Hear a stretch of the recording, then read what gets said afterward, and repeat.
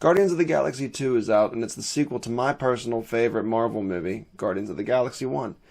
And the reason I like Guardians of the Galaxy 1 so much is because it's something different other than Captain America 3 or Iron Man 4 or Thor 15. It's something different. It's not a superhero movie per se. It's more of a ragtag group of space pirates going on adventures through the universe. Let's start off with some of the good points of this movie, and that has a lot to do with the characters.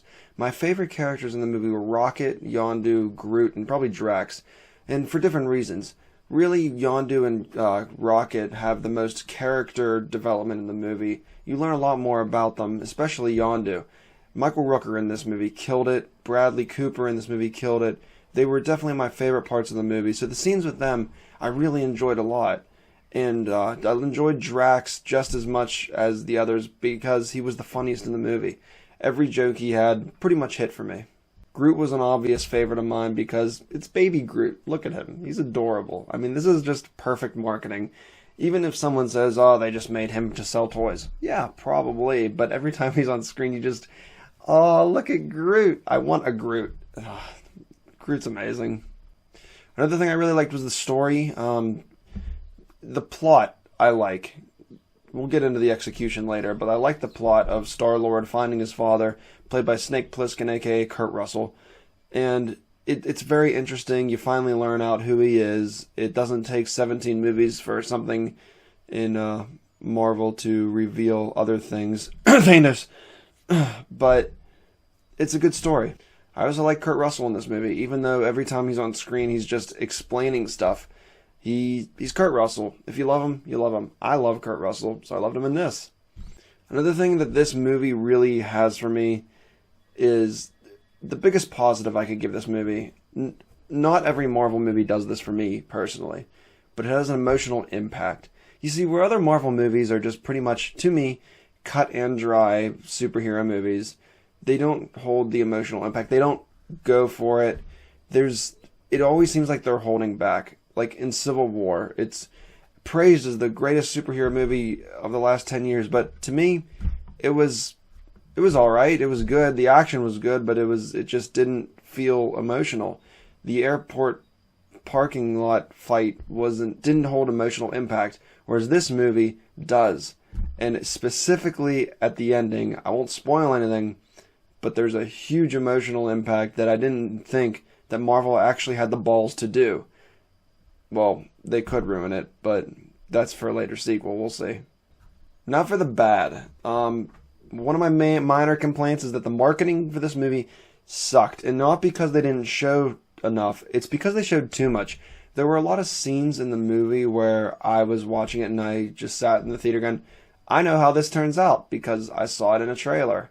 And I'm not one who goes off and, looks for trailers and dissects every minor detail. It's Guardians of the Galaxy. They didn't need to show everything. One, the first movie's a hit. Two, you're a Marvel property. You're gonna do good. They made Ant-Man popular, for God's sakes. Without much of that production problem, how many production problems that movie had, they made that turn out to be a success. So, for a sequel to Guardians of the Galaxy, a hit, I don't understand why they needed to show long cuts for marketing. A little minor complaint is Nebula, played by Karen Gillan, overacts to me a little bit. And I like her. I've been a fan of her since Doctor Who. But in this movie, she's just always pissed. Every scene is just her character motivation. It's like James Gunn walked up to her and said, you're pissed. So she's always like this. And, I hate all of you. And that got really annoying. And a big part of this movie is it starts out with a great opening to what a Guardians of the Galaxy movie should be. And then the second act starts where basically you're introduced to Kurt Russell's character and he takes some of the Guardians to the land of CGI. And that drags. The whole time Star-Lord and Kurt Russell are pretty much learning who he is and he's explaining exposition.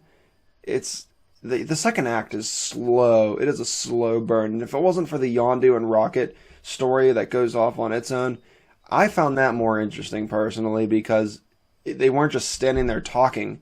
And talking can be good. I'm a huge fan of Quentin Tarantino, who is famous for dialogue scenes. But this talking in the second act just isn't interesting. And it leads to another minor negative to me, where some of the characters are just ignored. Basically, they just are there because the script has to have them there because they're the Guardians of the Galaxy. But I feel like they didn't really do a great ensemble movie where some of the characters just had nothing to do. Drax, as much as I love David Bautista, and as much as I love Drax and how funny he was, really was there to be there. And that really kind of just didn't hit for me. Another complaint is the gold people in the movie that you see in the trailers. They're in the movie for the entire movie, but it's unnecessary. In the beginning, they're there for a conflict to set up a chase scene for the Guardians, but then they just don't leave them alone, and they keep finding the Guardians. But the problem is, they're not interesting. They're just stupid. They come off as dumb. And there's two problems I have with it. One, they are there, so in the final battle, the other Guardians of the Galaxy have someone to kill and someone to shoot at. And two, they are put in the movie for a post-credit scene that basically explains why they're there. But there's no point in having a character in the movie just to have a post-credit scene about them. It really was annoying where you're watching the movie and you're like, okay, why are they still fighting them over this? And it is kind of explained how they just want them dead. But it's just, it got annoying. Also, this is the funniest Guardians of the Galaxy movie, but that is kind of also a negative because sometimes the jokes don't hit. They went for quantity, not quality. And a lot of the jokes were told in the trailers, which kind of annoyed me.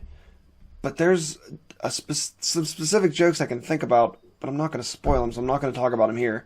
There's one in the end of the movie that pretty much ruins the entire tone of the fight, but it didn't end with a dance-off, which is good. The jokes just didn't hit a lot of the times. There were really funny jokes that had the audience busting out laughing, but then there were jokes where you sit there and they tell a joke, and then there's one guy laughing in the back. And that's, I think, what the problem with Marvel movies is they've kind of... You don't know when to laugh and when to take it seriously. Like, there's a scene where Star-Lord and Kurt Russell are doing something with a little glowing ball of light that I'm not going to spoil.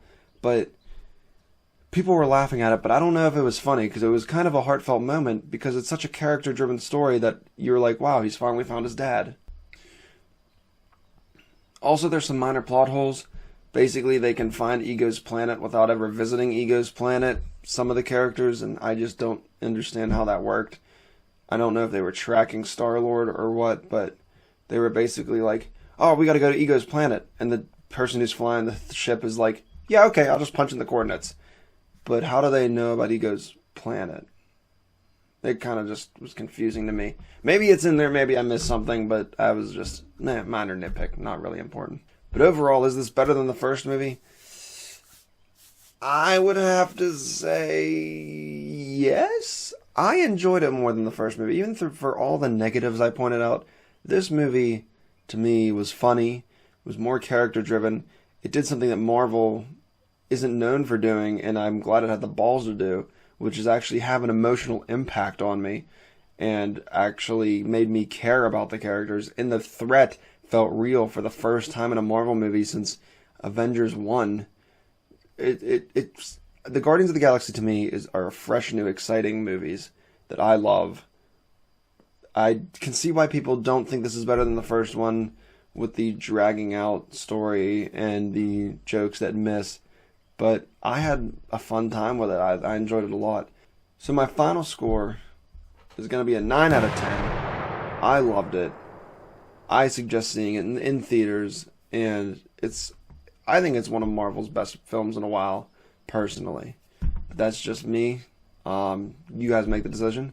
So comment, let me know what you think about it. Don't forget to like, subscribe, and I'll see you next time. Bye.